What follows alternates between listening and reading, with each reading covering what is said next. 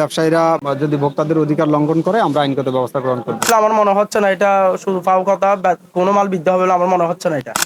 যখনই রোজা ঘনিয়ে যাচ্ছে তখনই দেখতেছি পেঁয়াজ, আদা, রসুন ঊর্ধ্বমুখী। দেশের অন্যতম বৃহৎ ভোগ্যপণ্যের পাইকারি বাজার খাতুনগঞ্জ এখন পুরো দস্তুর ব্যস্ততায় মুখর। রমজানকে সামনে রেখে বাড়তি চাহিদার কারণে ট্রাকে বিভিন্ন নিত্য প্রয়োজনীয় পণ্য আসছে বাজারে। তবে সরবরাহ বেশি থাকলেও বাজারে পুরোপুরি স্বস্তি ফিরে আসছে না। ছোলা, ডাল, চিনি, পেঁয়াজ, রসুন ও খেজুর প্রায় প্রতিটি পণ্যের দাম কেজি প্রতি 2 থেকে 20 টাকা পর্যন্ত বেড়েছে। এতে পাইকারি বাজারে অস্থিরতার প্রভাব পড়েছে খুচরা বাজারেও। ব্যবসায়ীদের একটি অংশ দাবি করছেন বন্দরের সাময়িক ধর্মঘট, নির্বাচনকে ঘিরে পণ্য পরিবহন বন্ধ থাকা এবং পরিবহন ব্যয়ের বৃদ্ধি এসব কারণে দামের উপর চাপ তৈরি হয়েছে।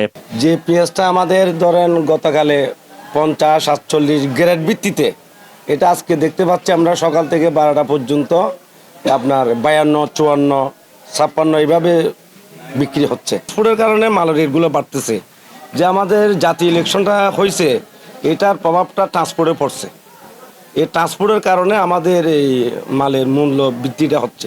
ওই পোর্টের একটু সমস্যা হওয়াতে আর একটা নাকি শিপ ডুবে গেছিল, ওই জন্য একটা 10 কেজি জাহিদা খেজুর আছে ওইটার দাম বাড়ছে, আর যেটা ভিজা খেজুর বস্তা খেজুর আছে ওই দুইটার দাম বাড়ছে তুলনামূলক বেশি। আরগুলো ঠিক আছে, আরগুলো বাজার আগের থেকে আরো একটু কমছে। চলো আপনার এই 5 কেজির দাম আপনার 5,000 টাকার উপরে আছে, আবার 5 কেজির দাম 4,000 টাকা আছে, 3 কেজির দাম আপনার 4,000 টাকা আছে, তারপরে আদোয়ার মধ্যে আপনার 4200 টাকা আছে, 3500 টাকা আছে, খাটাগড়ি ভাগ আছে। তারপরে আপনার সুগাই আছে আপনার 2900 টাকা, সাফাবি আছে আপনার 2900 টাকা বা 2400 টাকা আছে। মনে করেন সব সাইতে ওই মালের মধ্যে দুইটা মালের দাম বাড়ছে। একটা হলো বস্তা খেজুর প্রায় কেজিতে প্রায় 30 টাকার উপরে বাড়ছে।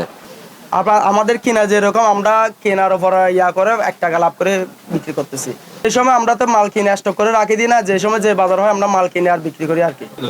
গত বছর তুলনায় তো অর্ধেক কমে গেছে। গত বছর 100 টাকার উপরে ছোলা ছিল না মানে এটা বলতেছি যে আমদানি হিসাবে যে বর্তমান বাজারে অনেক টাকা কম না।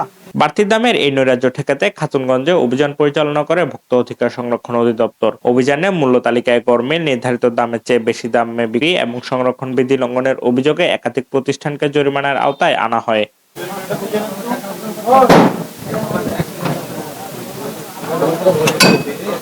অভিযান পরিচালনাকালে অধিদপ্তরের পরিচালক ফয়েজ উল্লাহ অসাধু ব্যবসায়ীদের সতর্ক করে বলেন, রমজানকে কেন্দ্র করে কোনো ধরনের অনৈতিকতা বরদাস্ত করা হবে না। বাজার স্থিতিশীল রাখতে নিয়মিত মনিটরিং ও অভিযান অব্যাহত থাকবে।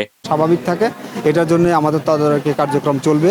আর যদি এরপরও কোনো ব্যবসায়ী ব্যত্যয় করে আমরা আইনগতভাবে আমাদের যতটুকু কঠোর হওয়া দরকার আমরা ততটুকু হব। তো পরবর্তীতে আমরা সেটাও আমরা তদারকি করব, আমরা ব্যবস্থা গ্রহণ করব। আর পেঁয়াজ, রসুন, আদার ক্ষেত্রে অনেক ম্যাক্সিমাম ক্ষেত্রে তারা কমিশনে বিক্রি করে। তবে কমিশনে বিক্রি করার ক্ষেত্রে আমাদের তাদের প্রতি আমাদের নির্দেশনা ছিল ওনাদের এই ভাউচার সংরক্ষণ লাগবে, ক্রয় কত বিক্রয় কত সেটা তাদের স্পষ্ট থাকা লাগবে। সেটা যদি না থাকে, যদি ব্যত্যয় করে আমরা আইনগত ব্যবস্থা গ্রহণ করব। রমজানকে সামনে রেখে নিত্যপণ্যের দাম বাড়ায় উদ্বেগ প্রকাশ করেছেন সাধারণ ক্রেতারা। তাদের আশা প্রশাসনের কঠোর নজরদারি ও নিয়মিত অভিযানে বাজার শৃঙ্খলা ফিরবে এবং নিত্য প্রয়োজনীয় পণ্যের দাম সহনীয় পর্যায়ে আসবে। Safayet Morshed, news day 24।